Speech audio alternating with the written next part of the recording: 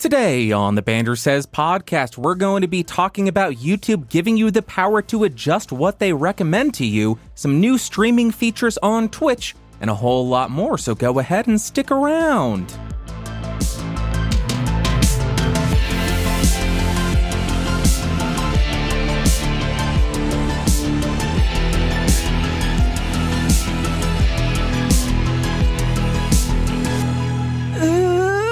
Greetings, Earthlings, and welcome back to episode 174 of the BSP. My name is Bandrew. This is what I says. Like always, down below there are timestamps of everything that I talk about, so you can skip around and save a couple of minutes, but if you got the time, I would appreciate you checking out the entire episode. If you do want a different version of the show, either audio or video, you can find that at bandrewsays.com, and if you want other educational podcasts, go check out geeksrising.com. Let's start with the main story, which is YouTube giving you control over homepage and up next video recommendations. YouTube just released a blog post talking about how people have been wanting more control over what videos are recommended to them, and here are the options that you currently have. They will be rolling out more features and more ways to adjust what's being recommended to you, but these are the current three options that you have. The first option is only available on Android, but it will allow you to choose the topics that you want to see recommended to you on the homepage and in the up next video section. The second option is going to allow you to remove suggestions from channels that you don't watch, and I believe that this was already a thing, but it just didn't seem to be working in the past, and now you're going to be able to click the three-dot menu on a video that's recommended to you and say, not interested. I think this is a great feature for YouTube to be rolling out because I know a lot of people who have flat out refused to watch videos from certain channels because previously that means that on the front page of YouTube, those videos from that channel would be shoved down your throat for months to come. So either people would avoid those channels flat out, or they would sign out of YouTube, open up a private browsing window, and view it there, so it doesn't screw up their recommendations for months to come. So I think this is a very big step forward if it actually works. And the third new feature is YouTube showing you why certain videos are being recommended to you. For instance, if you were to subscribe to Tim Pool's YouTube channel and watch a lot of his videos, YouTube may start recommending other political commentary channels to you, and underneath those recommendations, it would say, Tim Pool's channel viewers also watch this, which I've just found very interesting. Now, I think all of these features are great to roll out. It will let people watch the content that they want to watch, which is something that will keep people on YouTube, which ultimately for creators is a good thing. But I do see a potential issue here, though. According to a New York Times article a couple of weeks ago, YouTube's recommendation algorithm seems to radicalize people to the far right. Yet in the same article, the person that was radicalized to the far right was then radicalized to the far left. So YouTube's recommendation algorithm is a radicalizing machine. It's a monster. It's undermining our democracy. What is YouTube doing there? They're absolutely atrocious. They are destroying the world. So if YouTube is going to allow us stupid people to decide what we want to see, won't that keep YouTube from converting us to some new radicalized political position that is socially acceptable? For instance, if I was radicalized to the far right, I would just say, I want to see far-right videos. That's all I want to see. And YouTube would not recommend me any type of videos that is rebutting my opinion. Isn't that a problem? That may be a problem. I think what should actually happen, instead of YouTube giving us the autonomy to decide what we want to watch, is we all put on jumpsuits that just so happen to be the same red as the YouTube logo. And we all say and chant in a monotone voice, please feed us what is acceptable, YouTube overlords. We need you to think for us because we are too stupid to determine what is socially acceptable. Thank you, sir/ma'am. May I have another? May I have another? May I have another? May I have another?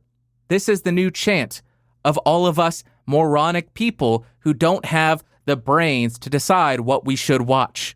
Of course, I am being facetious. I am just taking a dig at the crappy article from the New York Times.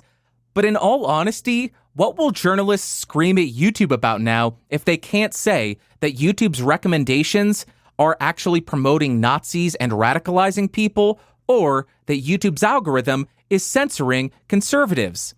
I don't know what they're going to scream at YouTube about now, because those are the main concerns, and YouTube is removing that point of attack. And that is somewhat of a joke, but I actually think this may be the reasoning for YouTube rolling out this feature. Because if YouTube could, they would just feed you the most outlandish videos that will force you to click. But it doesn't seem like that is good, because it leads to people attacking YouTube and smearing YouTube. So now they are saying, well, we'll let you decide what you want to watch for now. For now, you mindless drones. So do I think there are any negatives here? No, I think this is all ultimately good.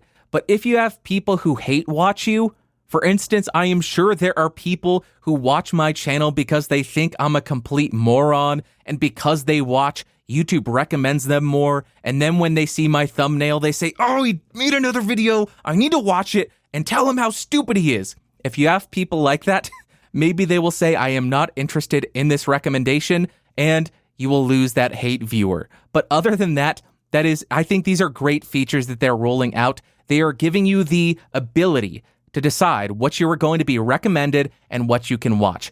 Great job, YouTube. Hopefully, you actually roll this out and it actually works. And next up, I was planning on talking about and discussing Project Veritas's banning and the banning or takedown requests of videos, talking about what Project Veritas released, but I want to wait for more information to come out before covering it, because I do think it is a little bit irresponsible for me to jump out there when I don't have all the information. The story is still unfolding. We don't know all sides of the story, so I don't want to put out that information quite yet. I will wait for more information to come out. Next, we have Twitch announcing sub-streams. An email went out this last week announcing that there is a new type of stream that is available on Twitch for only some people. This new feature is going to allow you to go live with a stream that is only viewable by subscribers, VIPs, not quite sure what VIPs on Twitch are, and mods. Now, there was some confusion about this email, though, because the email contains some rather confusing language. Let me go ahead and read it for you.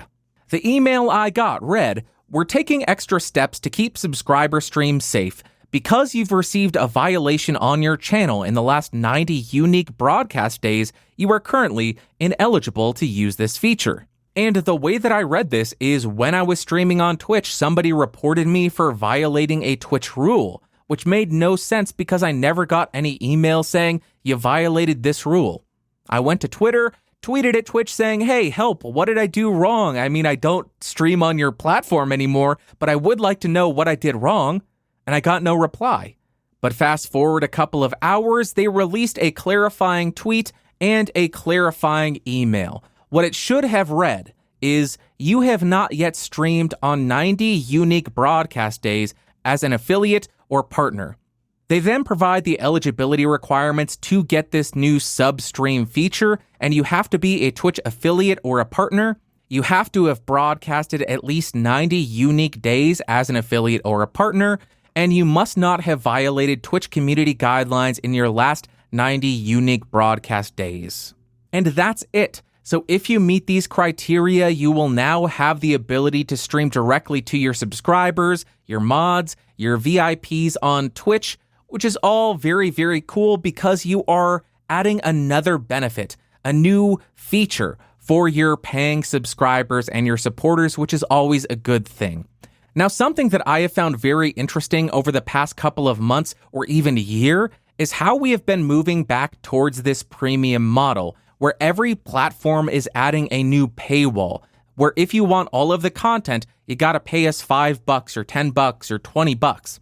Just very interesting, because a couple of years ago, it seemed like everything was moving towards being free. We will host your videos for free. You can watch videos for free. You can read this content for free. All you got to do is watch a couple of ads and you'll be in the clear. But now every place seems to be saying, well, we'll go ahead and give you the option to add a paywall if people want all of your content. And that raises a question for me. If all of these platforms start implementing paywalls where you're unable to get all of the content that's available unless you pay them, do you think that will hinder people's ability to be discovered? Do you think it will limit the growth of new potential creators because they don't have the audience prior to having the paywall put up? And if so, what type of actions do you think a new creator could take to gain an audience outside of the paywall prior to putting up that paywall and making a career out of it? Just something that I've been thinking about that I think is a fun thought experiment. Now, let's jump to what I've been testing, and you have been listening to it, the Antelope Audio Edge Go. This week concludes the run of the Antelope Audio Edge Go USB modeling microphone, a $1,600 USB microphone. The review is going to be coming out in a month or so. I need a little bit more time with it because it is such a fully featured microphone. It's got so much going on with it. And initially, I was reluctant about this thing because it is a $1,600 USB microphone. I was debating whether or not there was enough value to justify that cost. And although it is expensive, I actually think there might be justification for it with the amount of technology in this thing, with the onboard processing, with the number of microphone models you get, with the processing capabilities you have. I think it's a really cool option, and I have really enjoyed playing with all of the different models. This week, I am using a TLM 103, although what they call it in their software is the Berlin M103. There you have it. What did you think of this microphone over the last month? I have used a different mic model every single week and would love to hear what you thought of it.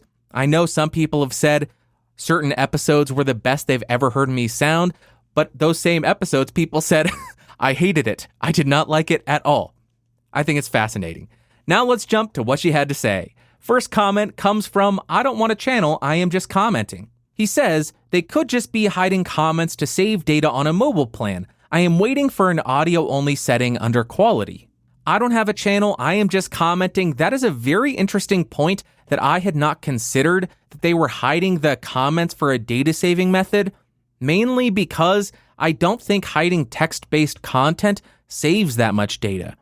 I do think that there is a problem with videos taking up too much of your data cap, especially if you're in an area where data is very expensive or if you have a low data cap, but I don't think hiding text would really assist in that. I do think that an audio-only feature would be something that YouTube should look to in the future if they are trying to help people in low data cap or high data cost areas. Very good comment. Appreciate you. And the second comment comes from Stefan. They say, in the how to create a podcast video explanation, something was missing. How do you sync the audio and the two videos? Do you clap? Stefan, that is exactly correct. I do claps at the beginning of every recording session, and this causes large peaks on the microphone audio and the camera audio, and it makes it really easy to sync up because now you have this visual thing to work off of when you're lining up all of the files. And sometimes I also use these claps to train the D-Reverb plugin if I end up using it. So I will clap all around the microphone to find as much reverb as possible and train the D-Reverb plugin that way. That's it for what you had to say. Now let's jump to my favorite part of the show, the Ask Bandrew segment.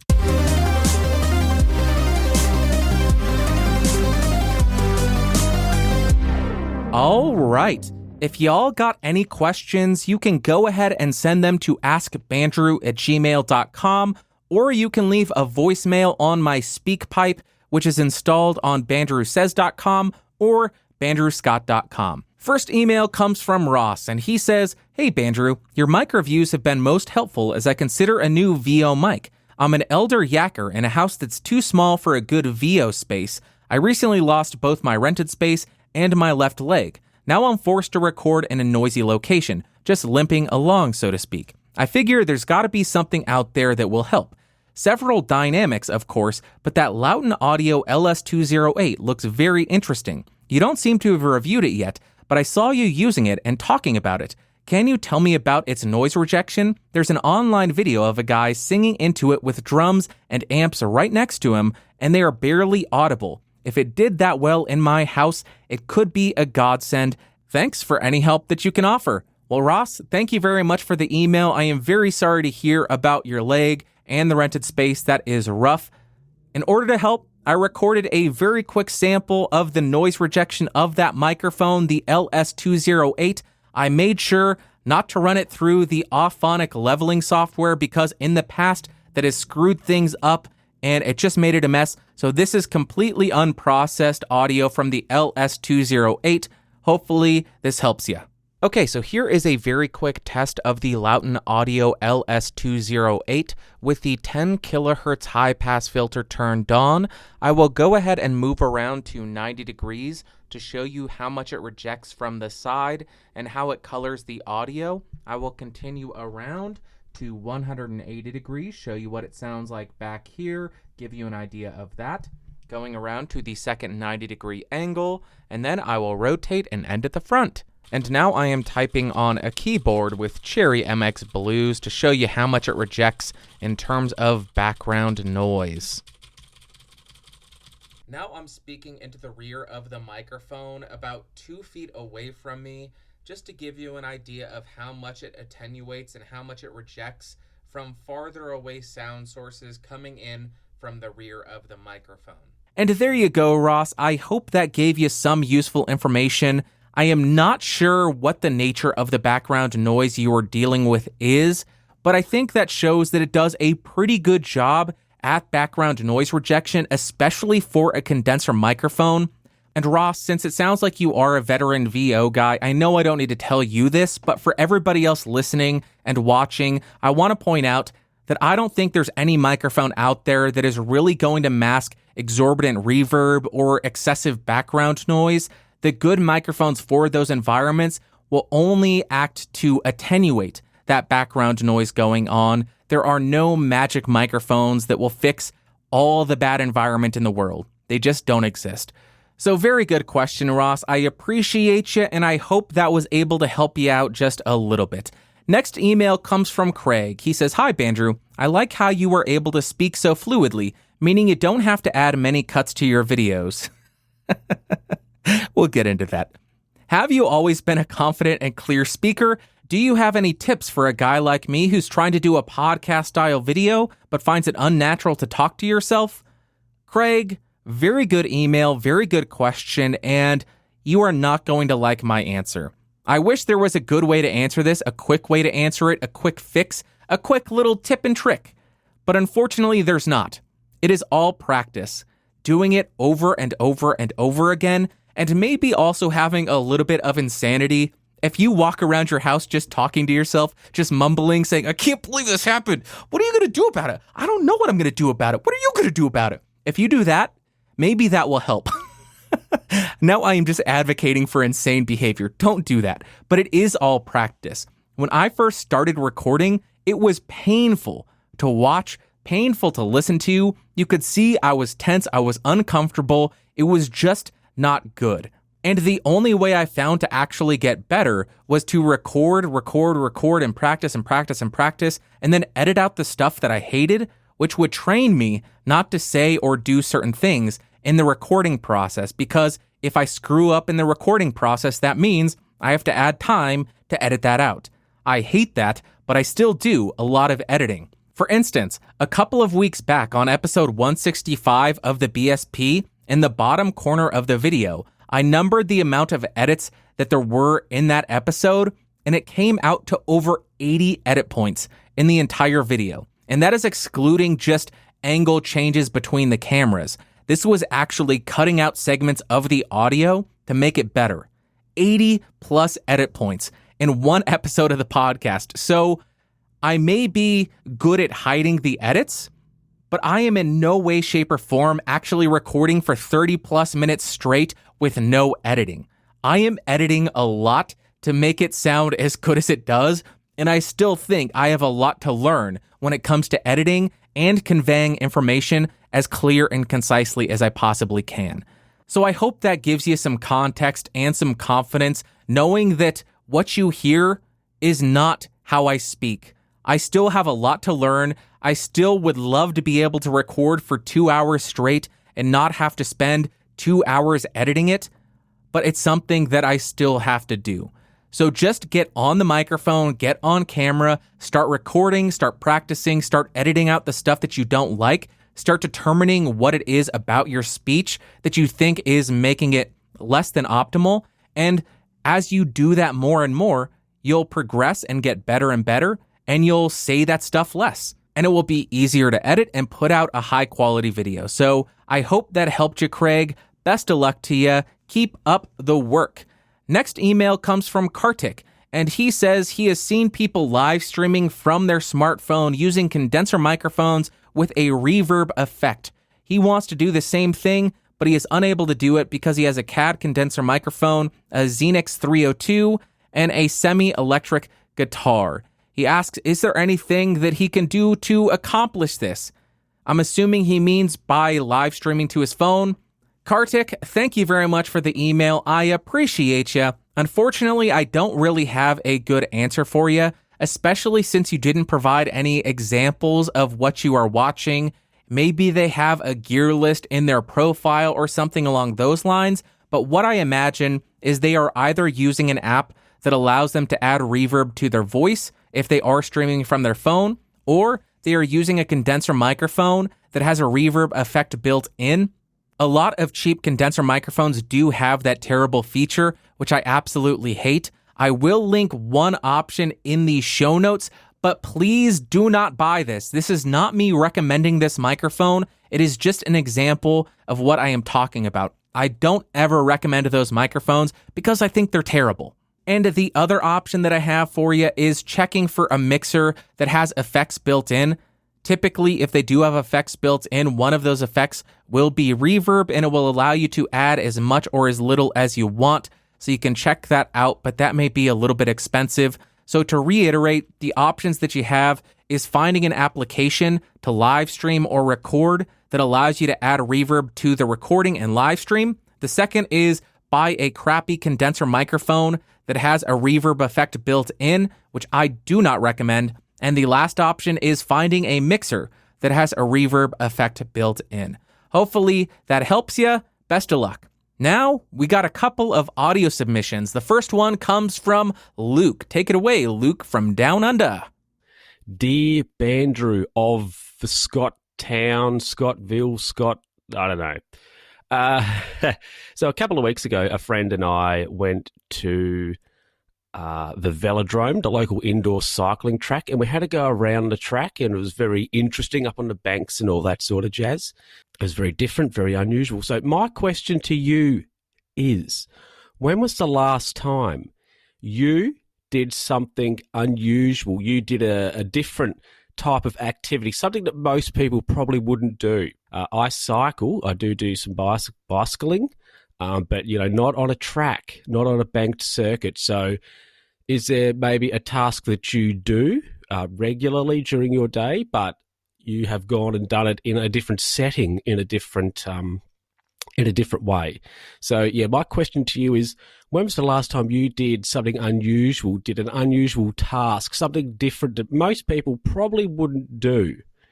And I hope that makes sense. And it's Luke who's asking questions. You can edit that if you want, yeah. Luke from the Luke Who's Talking podcast, how dare you think that I would edit that out? That was so much fun and epic. I am not editing a second of that out. That sounds like a lot of fun, though, what you did. Going and riding a bike inside on the walls and stuff. That sounds fun, like you're in space or something, like you're in 2001. As far as me, doing something unusual, this made me think long and hard and question everything, really. Because I legitimately could not think of anything that I have done in my life that is unusual. What have I been doing for all these years? Living just a mundane vanilla life, going to work, coming home, going to work, coming home. Maybe the last unusual thing that I did was save up for a long time, and I took a big trip down to the Trinity site.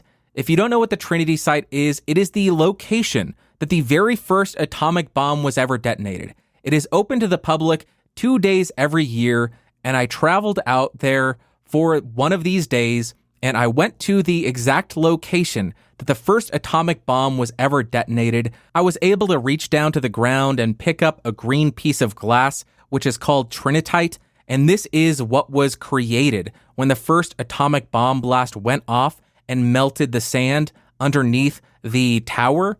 Really, really cool.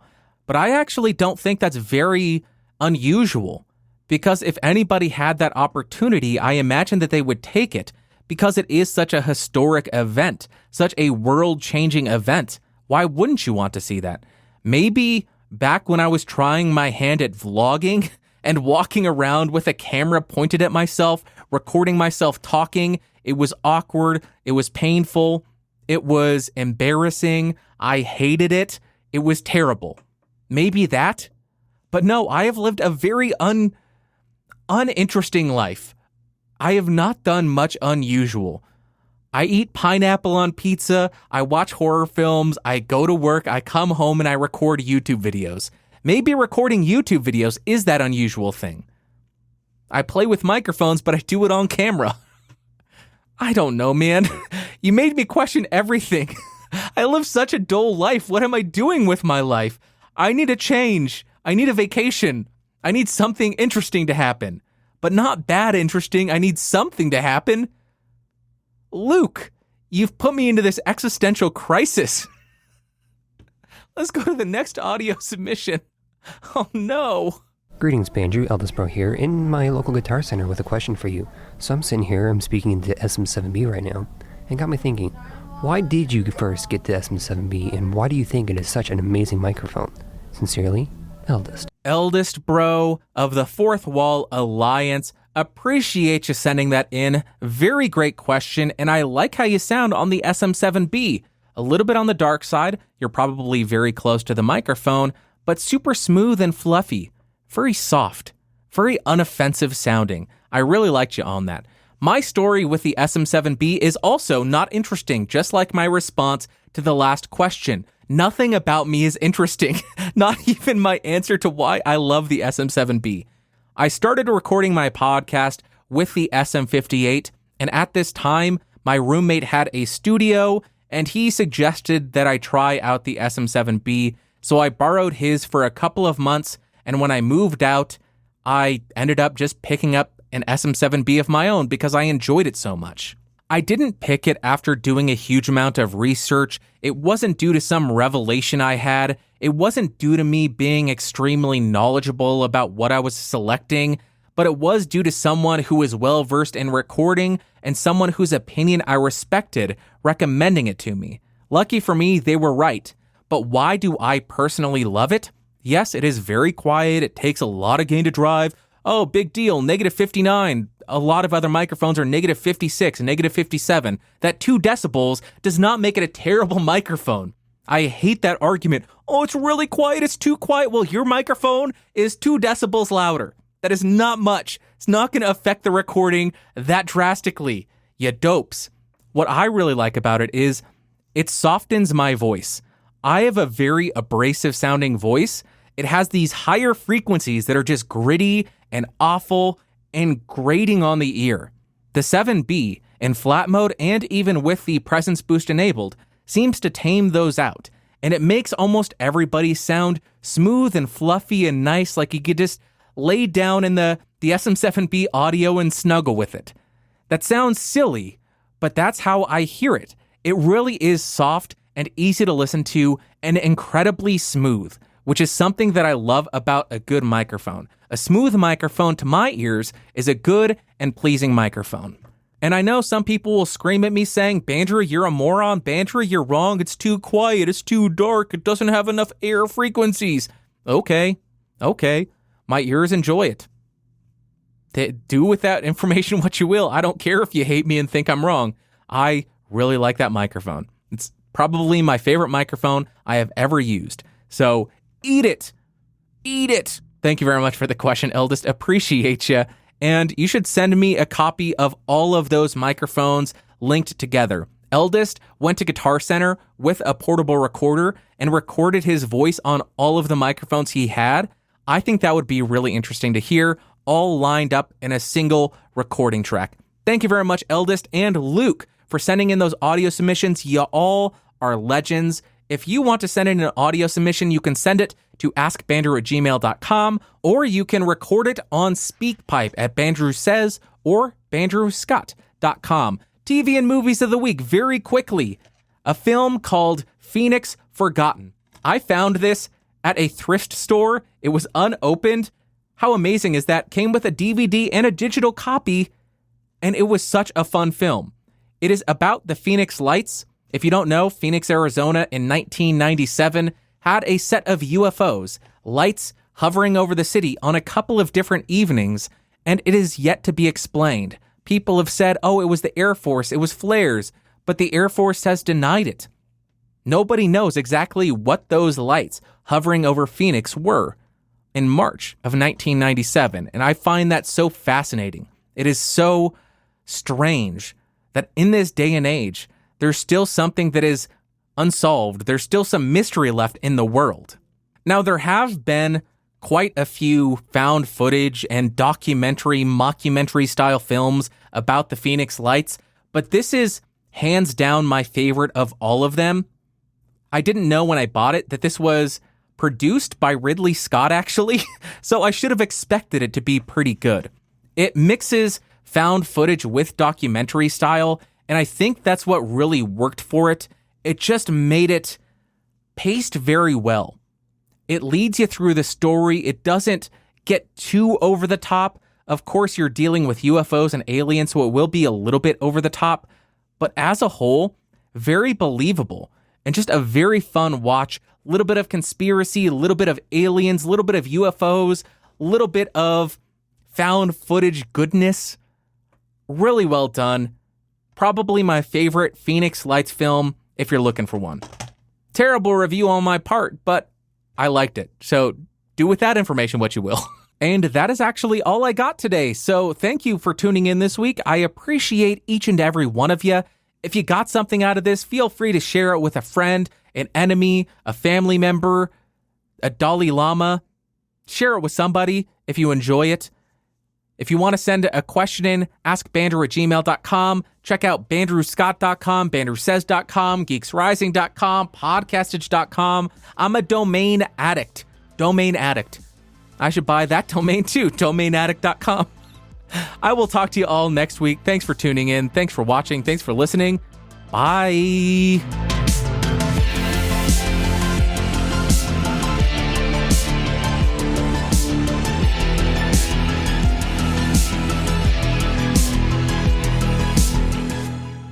This has been a Geeks Rising production. Your executive producer of Bandrew Scott. For more information, head over to www.geeksrising.com.